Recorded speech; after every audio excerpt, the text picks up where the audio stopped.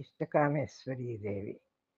ఆవిడ గురించి, ఆవిడ ఆలయం ఎక్కడుంది, ఆ విషయం ఈ వీడియోలో తెలుసుకుందాం.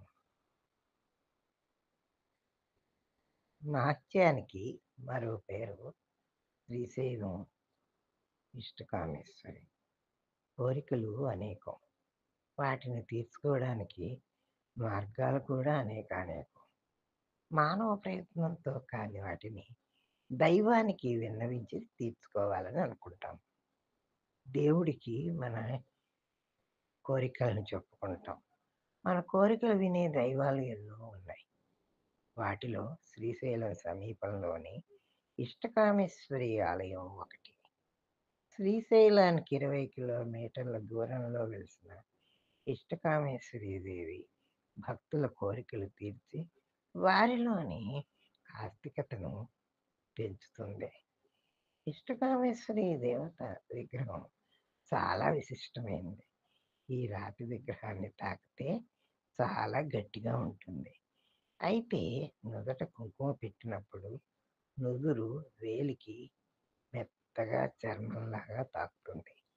ఎన్నో సంవత్సరాలుగా వేలాది మంది భక్తులు ఈ అనుభూతిని పొందుతున్నారు.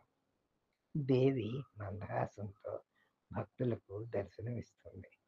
భక్తులకు దేవుపై అపార నమ్మకం. 2-3 మార్లు ఈ దేవిని దర్శించిన వారున్నారు. మళ్ళీ మళ్ళీ వస్తూ ఉంటారు. దానికి కారణం వారు వెచ్చి వెళ్ళిన తరువాత కోరిన కోరికలు సాఫల్యం కావడమేమో.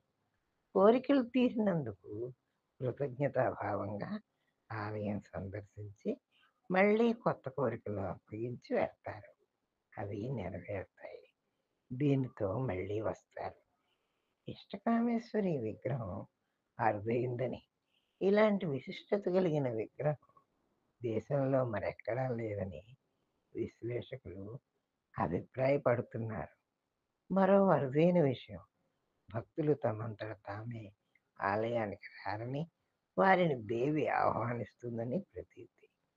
అమ్మ భక్తులకు పిలుపిస్తుందని, ఆ పిలుపు మేరకు వారు ఇక్కడికి వచ్చి పూజలు జరుపుకుంటారని నిర్వాహకులు చెబుతూ ఉంటారు.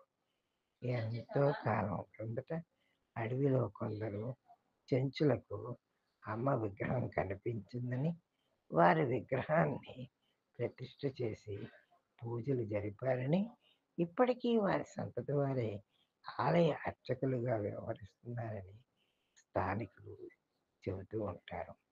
శ్రీమాత్రే నమః. ఇదండి వీడియో కనుక విని నచ్చినట్లయితే లైక్ చేయండి, షేర్ చేయండి, సబ్స్క్రైబ్ చేయండి.